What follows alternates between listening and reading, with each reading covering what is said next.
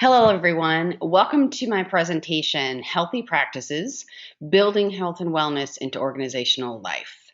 I am your host today. My name is Shelley Churchill, and I'm going to talk about a couple of different areas. The first one is my holistic health model and key concepts. The second one is the individual perspective and what happens to an individual as they try and change their health-related behavior. And then the organizational perspective, so how we can use our knowledge around individual behavioral change and fold that into organizational support systems to create a healthy workplace and healthy employees. I'm also going to tell you some of the secrets on how health change actually happens so you understand it. And then we're going to get to a little bit on how we move it forward. All right, so let's get started. I'm so happy to be speaking to you today. So this is my model for holistic health. And I am what's called a holistic health coach. I was trained at the Institute for Integrative Nutrition.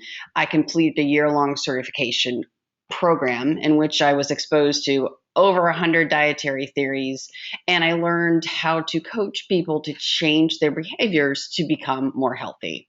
When we talk about health, typically people think about food and physical exercise as the two biggest levers to changing health. And the way I was taught is a more expansive concept. So there's really 5 areas. There is food itself, which you see here in the center of the circle. And food is very, very important. Changing food can radically change your health. However, it's actually what we call secondary food. It's really secondary to more primary ways of nourishing us. And there's 4 areas of what we call primary food, and they are physical activity, relationship, spirituality, and career. And those things in actuality feed us and nourish us just as much as secondary food or nutrition. They all work together, all 5 areas, and we have to pay attention if we want to be healthy and maintain health in harmonizing all these areas and making sure that they are in balance. And when we do that, we need to consider that we are all biological individuals, or a concept I was taught is called bioindividuality. If you look at that from a perspective of diet, it means that there's no one diet that's actually right for everyone. So yes, I coach people around nutrition, but I do not espouse one diet, right? What is one man's food that makes them feel good is another man's poison, so to say. So I do not believe in one diet per se that works for everyone. What I believe is that everyone has to experiment with real food, whole food, and figure out what works for them given their personality and their professional lifestyle. So that is the model, whether I'm working with individual clients, group programs, or corporate organizations or nonprofits. This is the model I espouse and that I use to help figure out the right support systems that are in place for either individuals, groups, or organizations. And if you want to know a bit more about this model, you can visit my website or the Institute for Integrative Nutrition. All right, let's talk a little bit about the individual perspective. So what's going on individually with health, right? And in the same way that as human resource individuals, officers, or other leaders inside of nonprofits, you have to think about diversity and different perspectives. This is the same thing that happens when people are addressing their health needs, right? So your individual point of view around health, health behaviors, and wellness will greatly influence what you bring forth in the organization and what you have a tendency to champion or not champion. So I always recommend that leaders first take stock personally of what's happening with their health. I've got kind of 4 questions here that I'm going to leave with you as an exercise, but I would encourage you to spend a good 5 minutes to actually answer these questions. Figure out where you are on your own personal health journey. Now, most people, busy professionals in particular, whether you work on Wall Street or whether you work for the American Red Cross, most folks in the United States these days tend to put their health on the back burner. And what happens when we put our health on the back burner is that it often will boil over, as you see from my picture, and then finally we have a burning platform, and then we start attending to our health. So the same thing that's happening with individuals, we also see happening in organizations, and now tend to be called upon to help employees address some of these health concerns, because employees have put it on the back burner for so long that it's spilling into the workplace. So when people are in the workplace, keep in mind that they are probably grappling with one of these top 3 health challenges, right? So these 3 challenges come from research, they come from my own research, and my own individual practice, right? And typically the top 3 challenges, health challenges that we see show up in the workplace are exercise and trying to find an exercise routine that works, eating, same thing, trying to figure out what I need to eat to feel good, and then stress management. So my guess is that your employee base is struggling with one or possibly all 3 of these if they are struggling with their health.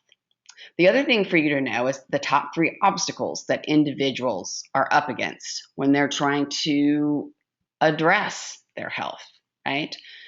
So the top 3 obstacles are time, lack of time to actually work on your health; solution confusion, so this is what I call not knowing what to do next, not knowing which things would be good things to try, or having tried lots of different diets, exercise programs, or even stress management techniques and having them not work, right?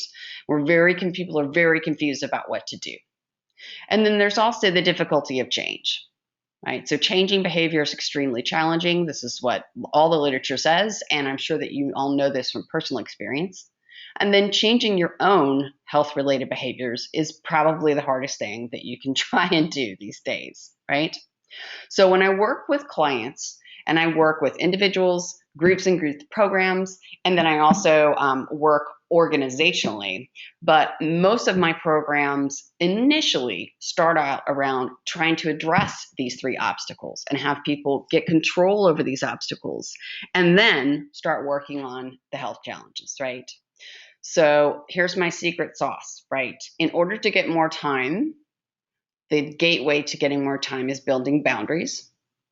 In order to figure out the solution confusion, the exercise you need to do is to get your own data about what's going on, right, and what works, and then do that.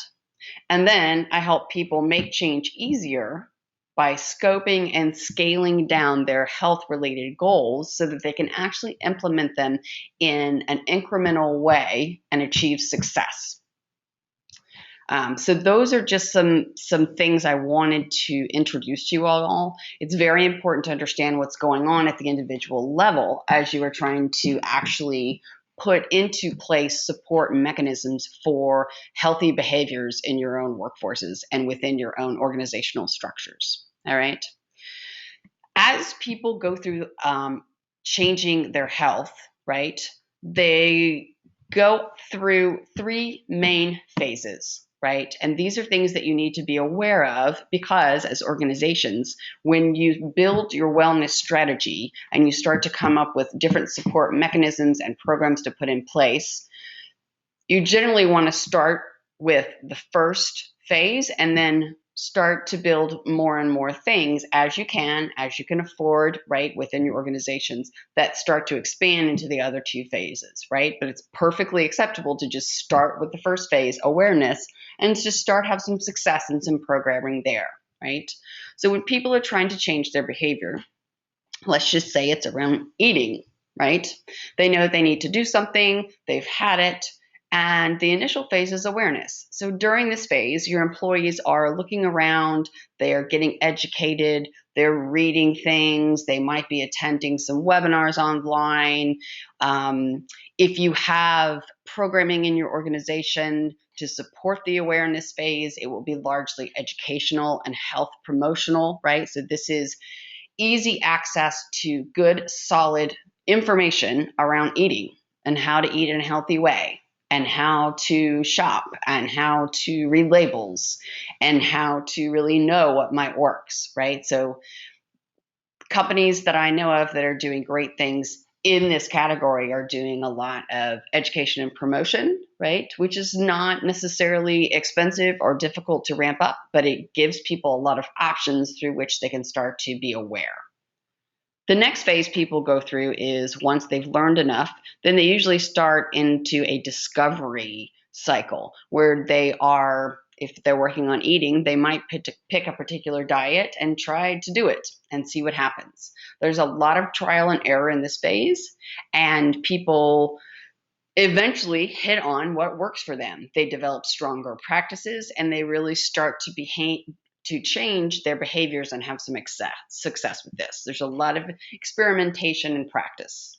And then they move forward to the third phase that individuals go through, which is they really establish healthy practices, right? So over the course of 3 to 6 months, as people start to figure out what works for their personality and their professional lifestyle, they nail down routines that actually work. And then things become non-negotiable, right? So I've seen people go from, eating a diet of mostly processed food to eating a diet that's 80% whole food and 20% processed food. And that's where they end up. And they feel much, much better. And that translates to coming into the workplace and feeling better and being more productive, right? I've also seen it happen with exercise. But the key here is that when you move into that third phase, you really have what I call non-negotiable routines, but you know what works for you right now, and you are able to implement it on a permanent basis. So these are the three kind of 50,000-foot phases that an individual will go through when they're changing their health-related behaviors. So it's a good thing to know about these. Now, as we move on to the organizational perspective, let's talk about how we put some of this into practice and support our employees through these changes, right? So it's a good idea to actually take stock organizationally, right? The best way to support your employees is to actually understand their current pain points. So the first question here around taking stock, right, before you launch into a wellness strategy, or if you have one in play, this is a good thing to do once a year, right? So what are the current health struggles of the folks inside your organization? Maybe it's stress management. Maybe it's not actually eating, but maybe it's exercise, right? Maybe it's shopping. I mean, I don't know. It could be many, many things, right? Maybe it's time management, right? So it's very important to understand where they are struggling so that you can design organizations that meet the needs of the greatest number of people possible. Many successful organizations just add on a few health-related questions, health and wellness-related questions to an employee engagement survey or a feedback survey. Some organizations choose to actually launch a survey or a series of interviews or focus groups that are standalone and just related to health and wellness. Either way, you can get the data, right? So then once you get some data, you can understand what their struggles are and what people are claiming is their biggest obstacles to actually fixing what they're struggling with, right? And then it's always a good idea to understand where you're going. So I have organizations and leaders do a fill in the blank sentence for me. And this is the third sentence down on the slide here. If we were healthier as an organization, we could blank so that blank. Now, this is key because just as individuals will not get healthy just for the thrill of it, right? Organizations will not get healthy or spend money on wellness education or wellness strategies just because it's the right thing to do. It needs to be tied, right, to some other goal within the organization. And it may be tied to your mission. If we were healthier, we could do something so that we could do something with our mission, either faster, more productively, more authentically, something like that, right? It could be related to cost, right? And then my last fill in the blank sentence here, right? So this is an emphasis that I really have on do what's easiest first that's going to have maybe the highest impact. And there are scores of things that organizations can do that are low cost and high impact, right? So usually organizations know what this is, right? It just takes a calm moment to really sit down with the data, right? With wellness tied a little bit to your mission or some other, objective that's going to support your mission. And then say, well, what's the one thing we could do today that would improve the health of our employees? It could be something like make sure everybody's taking a lunch break. It could be take all of the vending machines out, take every single soda out of the workplace.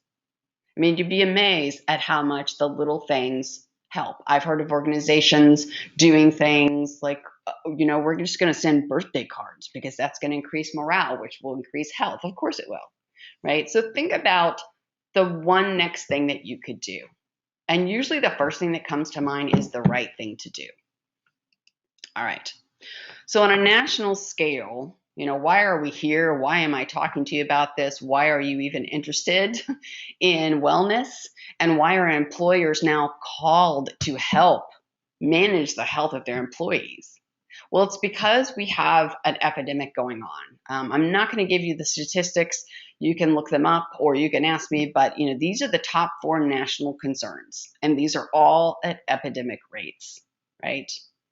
The second and third one, obesity and diabetes, are also increased at such an alarming rate amongst our children that it's gotten to a proportion where employers of all natures are starting to get into the health and wellness support role, I guess I would say, because it's affecting productivity at work, and it's also affecting the cost of our healthcare.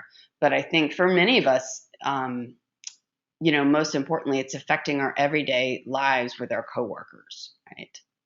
So what do all these have in common?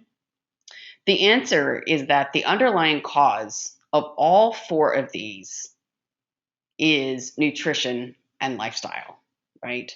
Heart disease, obesity, diabetes, hands down, are chronic lifestyle diseases.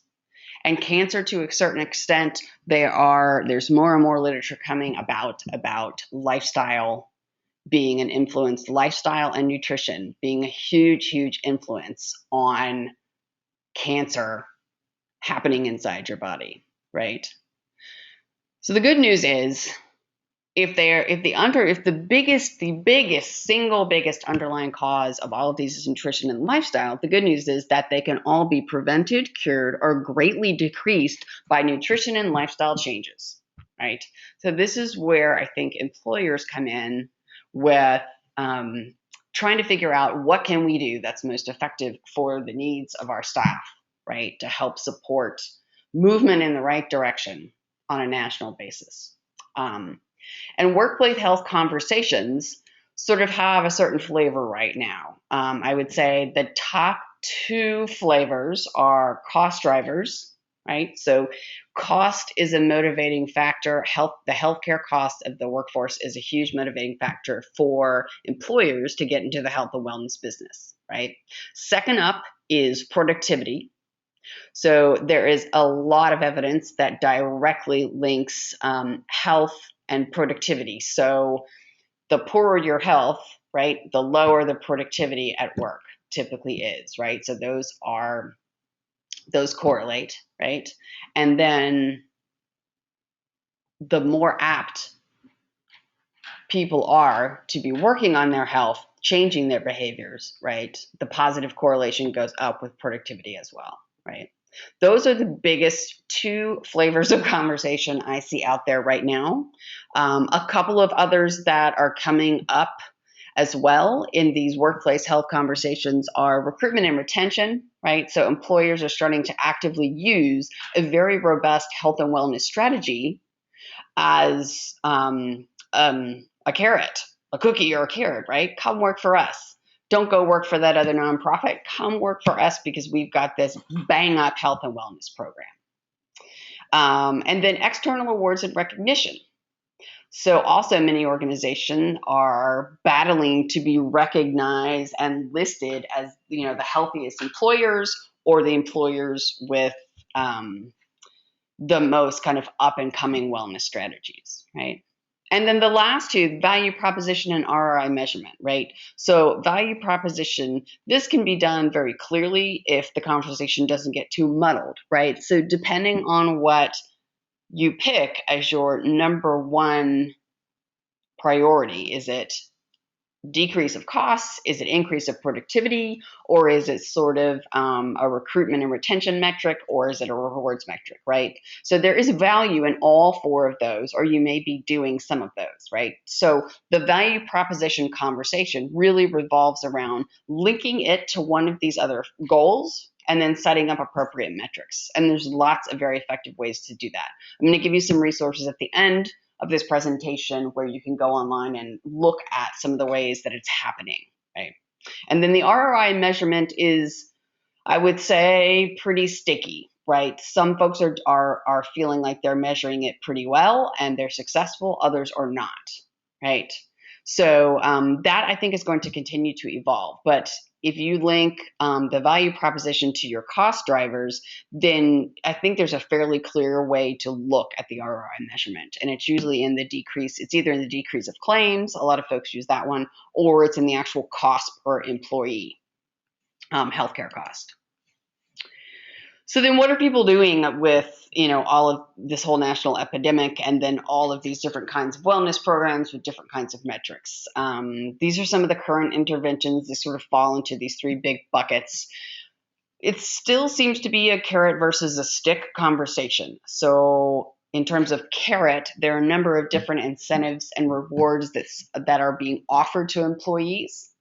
For example, taking your physical, getting a health assessment done, participating in programs that are offered, all kinds of things. And then there's the stick. Some employers are actually having employees shoulder the higher premiums on healthcare should they not participate in some of these health and wellness supportive programs. So I see that going on as well. And then I'm sure you all are aware there's a number of fun things that are also happening to help sort of drive competition, but also get, the peer support going within organizations. There's contests, challenges, there's biometrics where people are rewarded for actually just getting biometrics done, and then monetary incentives and rewards. And then there's lots of health education and promotion efforts that I'm seeing that are quite good that are happening.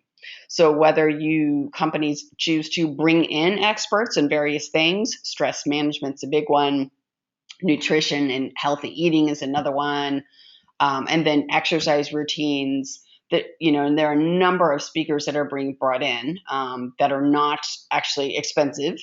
And then there's also a number of webinars and online resources that are being, packaged and bundled and communicated to the entire workforce as options, right? So there's a lot of good things happening. What I still think is missing that I see is sort of this bottom line on how health change actually happens, right? And so how does it happen? I'm sure you'd like to know. So here's how it happens. So this is my visual, right? So the key is that changing your behaviors is like running a marathon, not a sprint, right?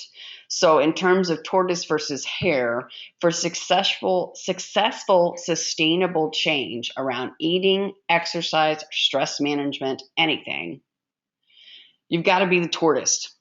You've got to do it incrementally and in a very slow, methodical way. Because we're too busy, right? We're too stressed. We don't have time, right? So the way to actually make change easier is to do it slowly and in increments that you can sustain. So keep in mind that getting healthy is a behavioral change process, right? An individual takes small incremental steps and they discover the routines that work for them, given their personality, their profession, and their lifestyle. If they try and implement an eating, exercise, or stress management, mindfulness, what have you, any new routine that they're trying to implement, if it does not fit their personality, profession, and lifestyle, they will not sustain it. If it's something that requires them to do things too quickly, they will also not sustain it, right? So this is sort of where the rubber meets the road, because it's important to understand that behavioral change of any type cannot really be prescribed or mandated, right? It's got to be experienced and practiced by each person. So we're moving from A to B, then we're moving from B to C, then so on and so forth, right? But the biggest mistake I see happening all across this field is people not understanding the appropriate scale, scope, and timing. So let me be clear on this. If you are not exercising and you decide that your scope is, I'm going to work on exercise, right? Then the next thing to think about is the scale, right? Are you trying to go from exercising 0 times a week to 5 times a week all at once? You're bound to fail because it's too big and the timing's too quick, right? So what I always tell people is, if you want to change something and you want to really have something stick, right? You've got a plan to change one thing on a small scale at a reasonable pace. In other words, don't jump from A to F, because how many letters have you skipped? You've got to go slowly. And for organizations, when you're implementing health and wellness strategies, it really is the same thing, right? So go slow, figure out what works for your company, and then build from there. You do not have to do some huge, expensive wellness program out of the gate, nor do you have to do exactly what your peer organization is doing, right? All you have to do is figure out what works for your company, and you can do that at a reasonable pace. But that's the biggest mistake, I think, is that many of these wellness programs actually they try to do too much too fast, and then they offer support structures that are still in the paradigm of, you need to do all of this fast. You need to lose a huge amount of weight in 3 months. And as we know, most diets fail. And most diets fail because they don't take into account how behavioral change actually happens over the long haul, nor do they take into account the personality, profession, and lifestyle of the person trying to change their behavior, right? So the cost of ignoring this change cycle that you now understand, right? So getting healthy is a behavioral change. It happens in slow, steady increments, right? You do change small things, at a reasonable pace, right? So when you think about wellness strategies, think about starting in that awareness phase, right? And then building out things. And the things need to be programs that really help people over the long haul, because it's not just a one and done problem. So if you ignore this change cycle, what I see happening is you've spent a lot of money and time on really short-term solutions. So if you have a program that people go through and they do biometrics at the first week and at week 6 or week 8, but that's fine, and I think that's a good thing. But if the program itself is espousing really, really fast, drastic change, right? People may be able to force themselves to do it, right? But it won't last. And so a year later, that employee still has a pre-diabetic diagnosis or a diabetic diagnosis from their doctor, right? So it's a short-term solutions, right? Results are temporary. And then what happens is employees revert to their old habits. They are still sick, they're unproductive, and they're costly to your organization, right? And even worse, the employees who've done these programs, they're disheartened. And then the leaders are frustrated, and you're much less likely to continue your wellness programs, right? Because you're not going to get your long-term ROI. You're not going to see long-term costs reduced, nor long-term productivity increased. And it's really frustrating. So go slowly, right? Stay on the path. So where do we start with all of this, right? So I've talked about how individual behavioral change happens for health-related behaviors. I've talked about some things to think about organizationally. So where do you actually start with all of this, given the national concerns, given, different metrics, pressure within the organization, right, to show that your health and wellness programs actually do something important? So I think that organizations can do quite a bit to help support individual health change, right? And get people moving in the right direction. I would suggest starting with health education and promotion activities, which increase and support sort of this awareness phase. So whether you are able to find cost-effective resources to come into your organization to talk to people, it also may be compiling a list of local resources in your area or online resources that are cost effective, whether it's around things like eating, shopping, exercise, stress management, mindfulness programs. There are just a slew of resources for you that are out there. So if you can't afford to bring anybody in-house to talk to your people, you can always compile a library of resources for them to go to. And there's many out there. You can also encourage these very small steps to healthy routines because small steps tend to add up, right? Do things like support and model yourself small daily changes, eating healthy snacks, taking an actual lunch break, pausing to breathe deeply, taking time to listen to each other. These are all things that will boost your productivity. All right. There's a million things you can do. So here I have a recap from before. So as organizations, you can absolutely support healthy changes at any or all of these stages, right? Depending on your appetite for a health and wellness program and your budget, right? And your bandwidth. So in the awareness phase, I talked about health education and promotion activities. In the discovery phase, people tend to fold in things like group programs.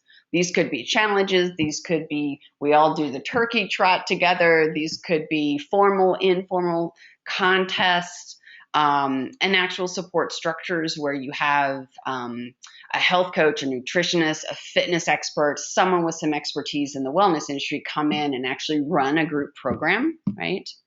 And then also consider individual support mechanisms, right? So having the resources available to employees like a health coach or a nutritionist, again, or people who are really, really stuck, who really need some one-on-one support to actually get them over the hump, right? Once you get into the third phase, you've probably got a pretty robust health and wellness program that's happening inside your organization. So don't forget to take stock and figure out what's going on, get some feedback, make sure it's either plugged into your engagement surveys or it's a standalone feedback mechanism. And then figure out what else is needed. Maybe you need very targeted group programs. So for example, this would be maybe your engagement survey comes back as stress is just the biggest thing on everybody's mind. So then maybe you need a group program that targets just stress management, right? There's a magic that happens with peer support. So the research shows that folks who learn a new behavior in a group and make a friend are much more likely to sustain that behavior over time. So the top 3 things to start now, right now, this is something I get asked all the time. What do I do now? First of all, take your own lunch break. Let's say that again. Take your own lunch break, right? Start to make sure that you have a break during the day, that you have some self-care, and that you attend to your own health. And then as leaders, I ask you to offer what I call compassionate bossiness. So you support others to do the same, right? If you don't take your own lunch break, nobody else is going to do it, right? But no one seems to take lunch breaks anymore, right? Very, very, very few people in any of our organizations I've ever consulted to actually take rigorous lunch breaks, right? So when we start to really create that boundary and settle in, appreciate the food that we're eating, take a moment away from your computer, away from your phone, and away from colleagues if you need to, right?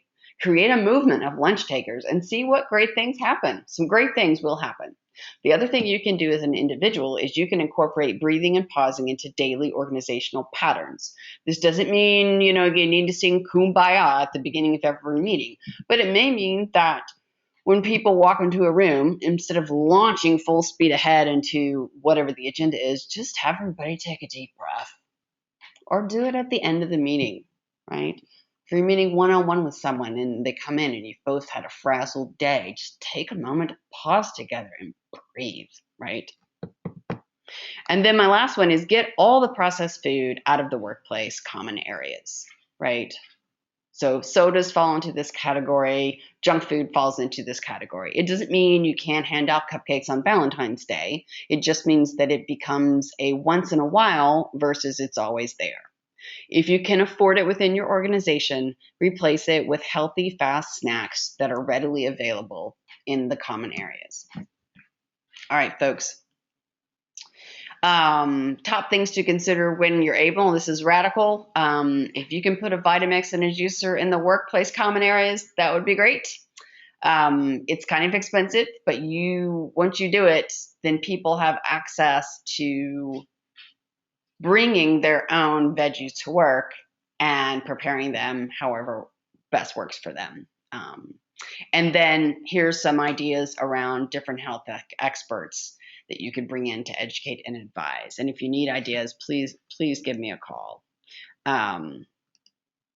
So just 1 second about me. So as I said before, my name is Shelley Churchill, and I've enjoyed speaking with you today. My background, I have an MBA, as well as being a certified health coach. On the health and wellness side of things, I deliver corporate wellness and education topics. I also have coaching programs, both group programs and individual, that are all virtual. And I have a free monthly newsletter, and I have free webinars. So if you would like to partake of any of my free resources, give me a shout out at shelley@shelleychurchill.com, or you can visit my website at Simple Health Change, right? I'm happy to speak with you about whatever's tripping you up within your organization. I give free individual consults if you need support in your individual health journey, and I do the same for organizations. So I also give one free webinar delivered to your organization on a topic of your choice. And then after that, we'll see if we're a good fit. But I wish you the best of luck in your health and wellness strategies. It's been my pleasure to speak to you all today, and I hope to see you in an upcoming NHSA event in the near future. Thanks, everyone. Bye.